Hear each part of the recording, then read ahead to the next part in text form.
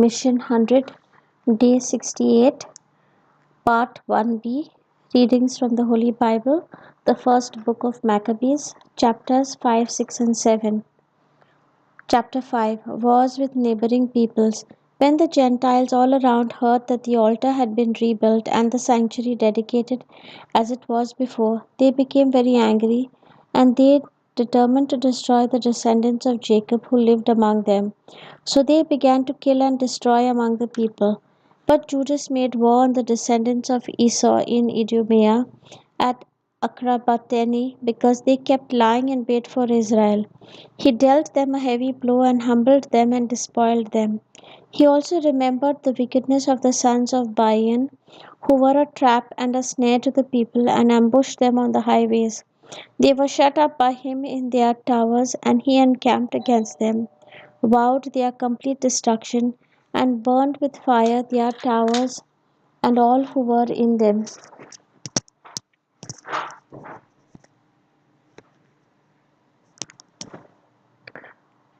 Then he crossed over to attack the Ammonites, where he found a strong band and many people with Timothy as their leader. He engaged in many battles with them, and they were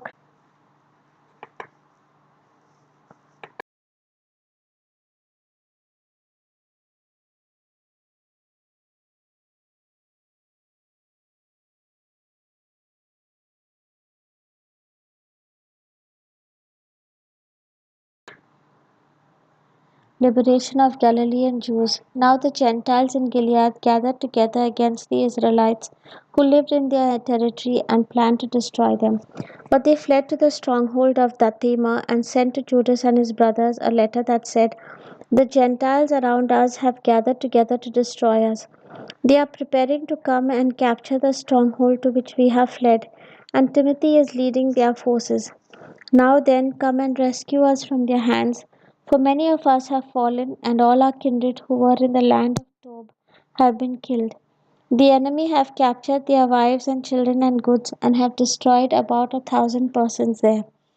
While the letter was still being read, other messengers with their garments torn came from Galilee and made a similar report. They said that the people of Ptolemais and Tyre and Sidon and all Galilee of the Gentiles had gathered together against them to annihilate us. When Judas and the people heard these messages, a great assembly was called to determine what they should do for their kindred who were in distress and were being attacked by enemies. Then Judas said to his brother Simon, "Choose your men and go and rescue your kindred in Galilee. Jonathan, my brother, and I will go to Gilead." But he left Joseph, son of Zechariah, and Azariah, a leader of the people, with the rest of the forces in Judea to guard it. And he gave them this command: "Take charge of this people, but do not engage in battle with the Gentiles until we return." Then the 3,000 men were assigned to Simon to go to Galilee, and 8,000 to Judas for Gilead. So Simon went to Galilee and fought many battles against the Gentiles, and the Gentiles were crushed before him. He pursued them to the gate of Ptolemais. As many as 3,000 of the Gentiles fell, and he despoiled them. Then he took the Jews of Galilee and Arbatha with their wives and children and all they possessed, and led them to Judea with great rejoicing. Judas and Jonathan in Gilead. Judas Maccabeus and his brother Jonathan crossed the Jordan and made 3 days' journey into the wilderness. They encouraged the Nabateans, who met them peaceably, and told them all that had happened to their kindred in Gilead. Many of them have been shut up in Bozrah and Bosor, in Alima and Shasphor, Maked and Karnaim. All these towns were strong and large, and some have been shut up in the other towns of Gilead. The enemy are getting ready to attack the strongholds to wilderness road to Bozrah. And he took the town and killed every male by the edge of the sword. Then he seized all its spoils and burned it with fire. He left the place at night, and they went all the way to the stronghold of the Thema. At dawn they looked out and saw a large company which could not be counted, carrying ladders and engines of war to capture the stronghold and attacking the Jews within. So Judas saw the battle had begun, and that the cry of the town went up to heaven with trumpets and loud shouts. And he said to the men of his forces, Fight today for your kindred. Then he came up behind them in three companies, who sounded their trumpets and cried aloud in prayer. And when the army of Timothy realized that it was Maccabees, they fled before him, and he dealt them a heavy blow. As many as 8,000 of them fell that day. Next he turned aside to Marfa and fought against it and took it, and he killed every male in it, plundered it, and burned it with fire. From there he marched on and took Shasphor, Makid, and Bosor, and the towns of Gilead. After these things, Timothy gathered another army and encamped opposite Raphon on the other side of the stream. Judas sent men to spy out the camp, and they reported to him, "All the Gentiles around us have gathered to him. It is a very large force. They also have hired Arabs to help them, and they are encamped across the stream, ready to come and fight against you." And Judas went to meet them. Now, as Judas and his army drew near to the stream of water, Timothy said to the officers of his forces, "If he crosses over to us first, we will not be able to resist him, for he will surely defeat us. But if he shows fear and camps on the other side of the river, we will cross over to him and defeat him." When Judas approached the stream of water, he stationed the officers of the army at the stream and gave them this command: "Permit no one to encamp, but make them all enter the battle." Then he crossed over against them first, and the whole army followed him. All the Gentiles were defeated before him, and they threw away their arms and fled into the sacred precincts at Karnaim. But he took the town and burned the sacred precincts with fire, together with all who were in them. Thus Karnaim was conquered, and they could stand before Judas no longer. The return to Jerusalem. Then Judas gathered together all the Israelites in Gilead, the small and the great, with their wives and children and goods, a very large company, to go to the land of Judah. So they came to Ephron. This was a large and very strong town on the road, and they could not go around it to the right or to the left. They had to go through it. But the people of the town shut them out and blocked up the gates with stones. Judas sent them this friendly message: "Let us pass through your land to get to our land." They were. So the men of the forces encamped, and he fought against the town all that day and all the night, and the town was delivered into his hands. He destroyed every male by the edge of the sword, and razed and plundered the town. Then he passed through the town over the bodies of the dead. Then they crossed the Jordan into the large plain before Beth Shan. Judas kept rallying the laggards and encouraging the people all the way until he came to the land of Judah.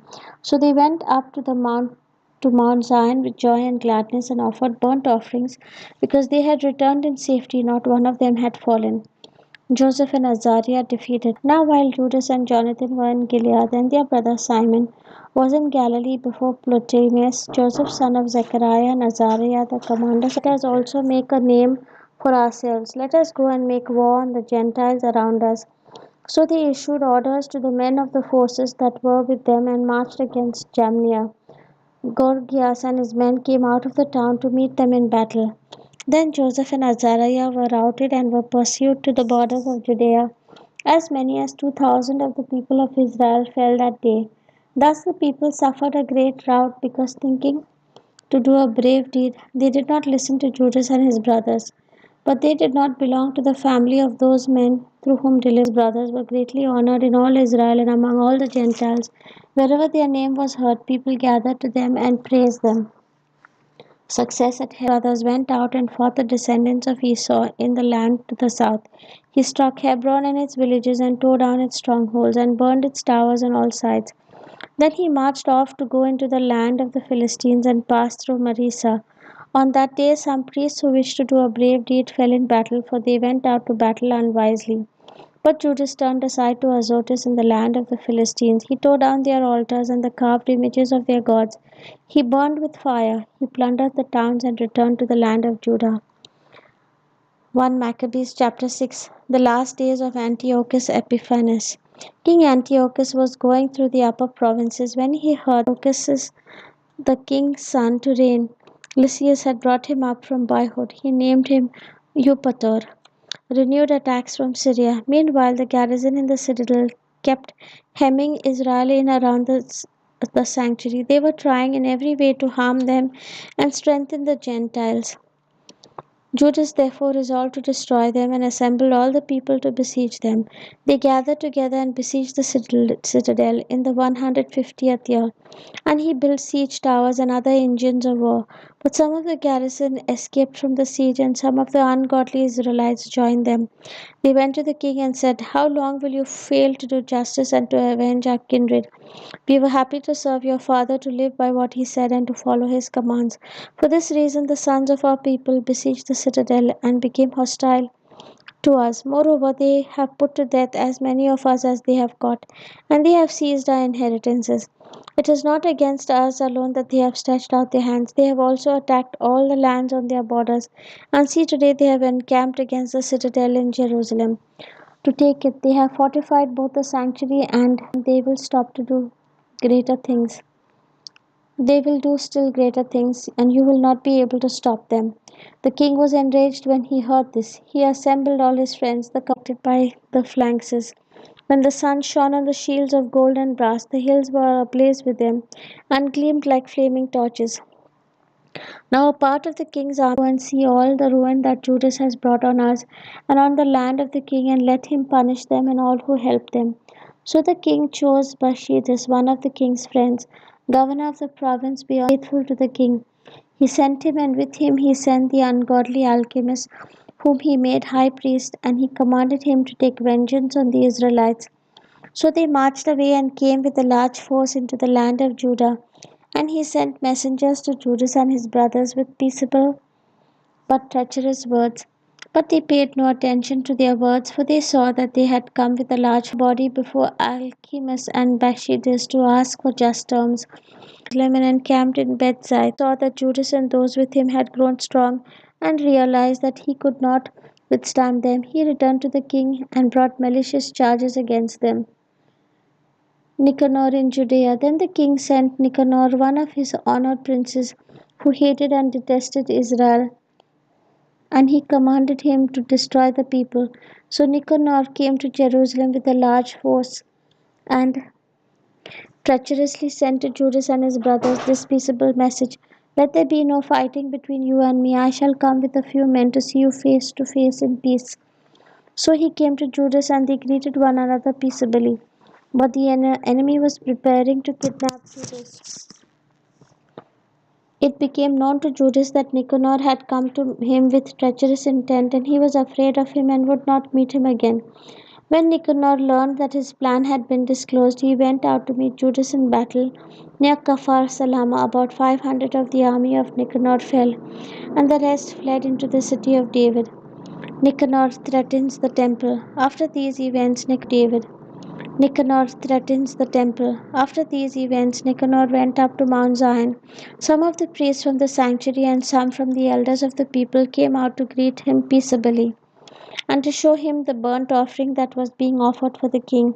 But he mocked them and derided them and defiled them and spoke arrogantly. And in anger he swore this oath: "Unless Judas and his army are delivered into my hands this time, then if I return safely, I will burn up this house." And he went out in great anger. At this, the priests went in and stood before the altar and the temple. They wept and said, "You chose this house to be called by your name, and to be for your people a house of prayer and supplication. Take vengeance on this man and on his army, and let them fall by the sword. Remember their blasphemies, and let them live no longer." The death of Nicanor. Now Nicanor went out from Jerusalem and encamped in Beth Horon, and the Syrian army joined him. Judas encamped in Adasa with 3,000 men. Then Judas prayed and said, "When the messengers from the king spoke blasphemy, your angel went out and struck down 185,000 of the Assyrians. So also crush this army before us today. Let the rest learn that Nicanor has spoken wickedly against the sanctuary, and judge him according to this wickedness." So the armies met in battle on the 13th day of the month of Adar. The army of Nicanor was crushed, and he himself was the first to fall in the battle. When his army saw that Nicanor had fallen, they threw down their arms and fled. The Jews pursued them a day's journey from Adasa as far as Gazara, and as they followed, they kept sounding the battle call on the trumpets. People came out of all the surrounding villages of Judea, and they outflanked the enemy. and drove them back to their pursuers, so that they all fell by the sword. Not even one of them was left. Then the Jews seized the spoils and the plunder. They cut off Nicanor's head and the right hand that he had so arrogantly stretched out, and brought them and displayed them just outside Jerusalem. The people rejoiced greatly and celebrated that day as a day of great gladness.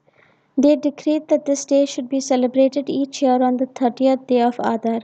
So the land of Judah had rest for a few days. The word of the Lord. Thanks be to God.